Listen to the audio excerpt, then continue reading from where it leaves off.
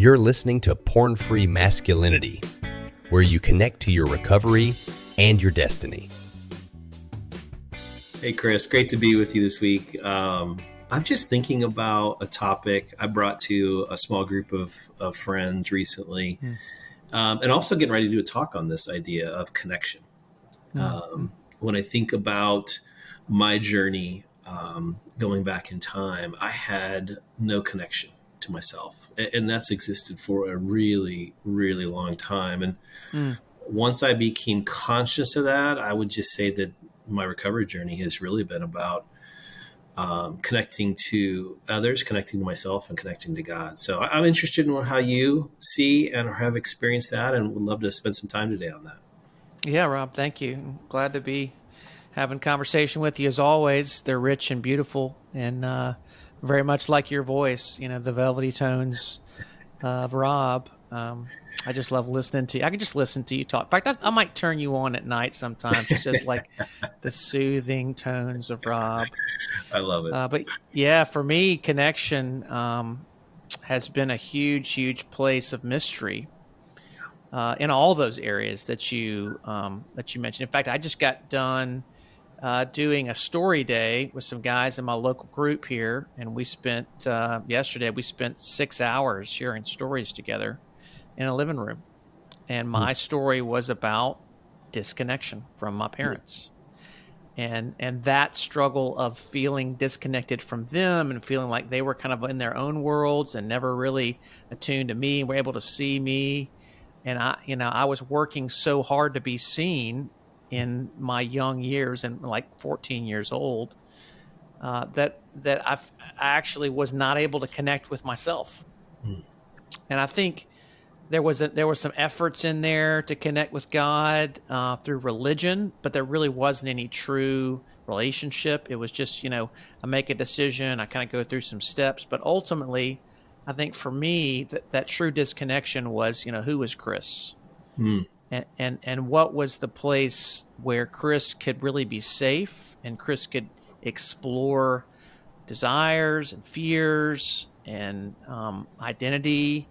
And so because that was kind of misformed in those very tender years, I just kind of went off on just a rabbit trail, just this wild, meandering journey of my late teens, 20s, early 30s. And connection just was, it wasn't even a word that I even thought about. It was a mystery. I can relate so much. And I think about, and so many people say addiction, the opposite of addiction is ... fill in the blank. But one of the many answers, one of the common answers is connection. Sure. And I think by virtue of just what an addiction represents is, this idea of moving outside of yourself, moving into a place of hiddenness, isolation. All of that has to be present for addiction to exist, to grow, to multiply. And it was certainly true for myself. But one of the things that, as I think about the connections I was making growing up, it was like this polar opposite. I wanted connection from the people around me that loved me, that were near me. I wasn't getting it in a way that I guess my little tiny soul needed. And so I sought the safest form of connection. And it was like a self-protected version of connection by turning to an image or a magazine or a video, and connecting with someone that I would never meet, who could never hurt me. Yeah. So that is a version of connection. And I think it's interesting that you bring it up, because I'm curious, what did that form of connection give to you? Yeah.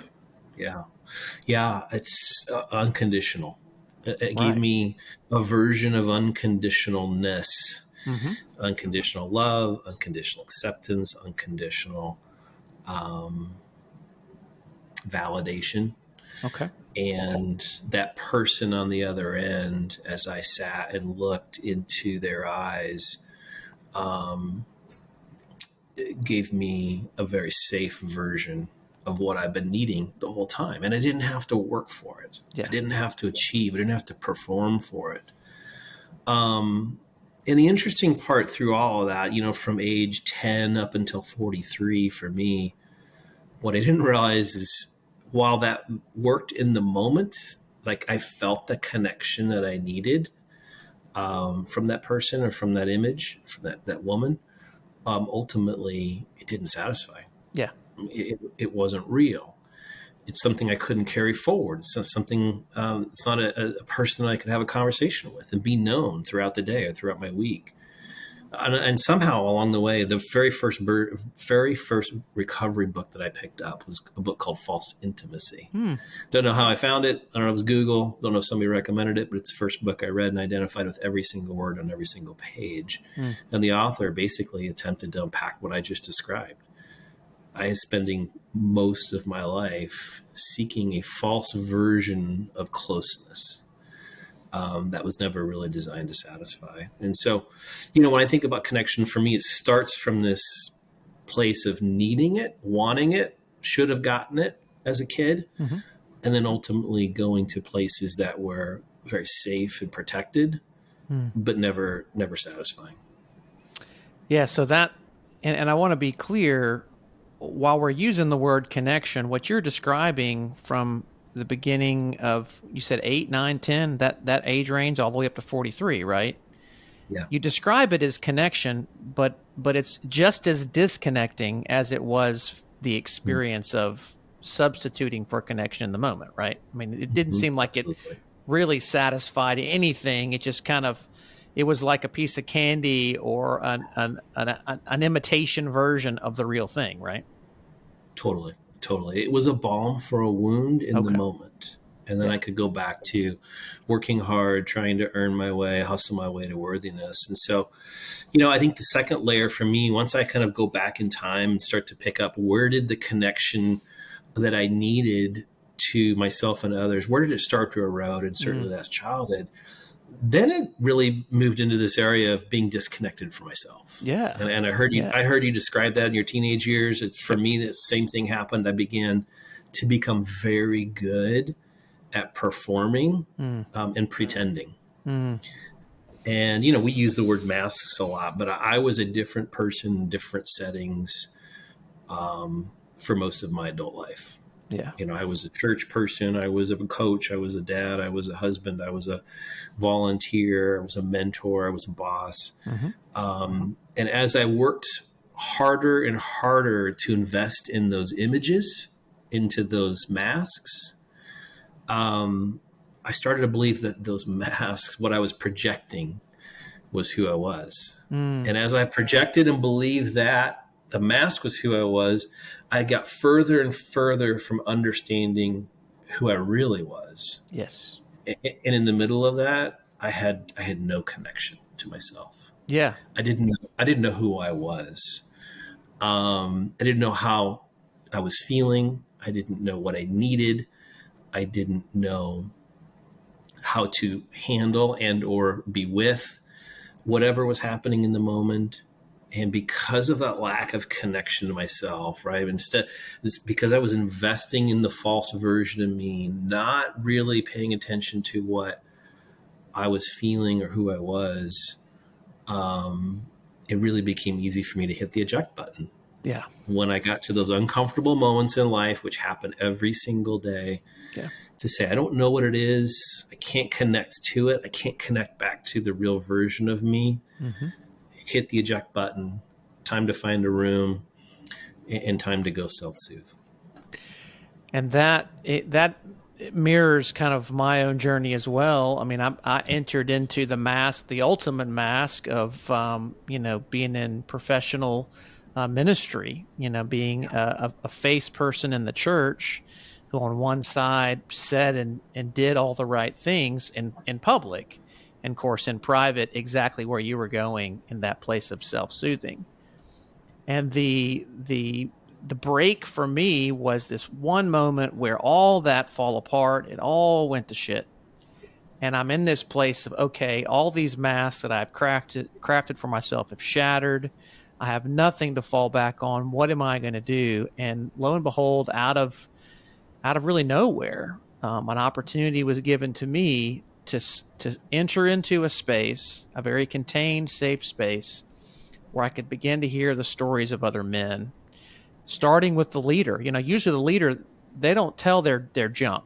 They don't tell. The phrase in that circle is their goat story, which ironically I've learned recently. You know what goat story is in Greek? It's the No. word for tragedy.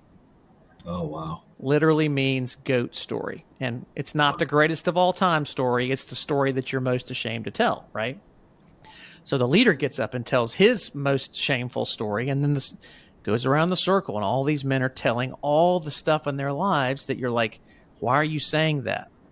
And it got to be my turn. And so I tell people that what I really poured out was fucks and feelings. And literally, I said the F word as many times as I could because I was trying to offend people and push them away. And instead of being rejected in my desire to disconnect, they saw me and they loved me and they welcomed my story. And it was that moment that I began to borrow the connection that others could offer to connect with myself, to connect with them, and to connect with God. It was that kindness, that acceptance, that vulnerability that you just, were saying, I want this, that I couldn't grab in my own journey, that they offered to me. And that was a beginning. I mean, that was 11 years ago. That was a beginning of my journey into, I would call it the beginning of my recovery, but also the beginning of connecting to myself, to my emotions, to what relationship really look like.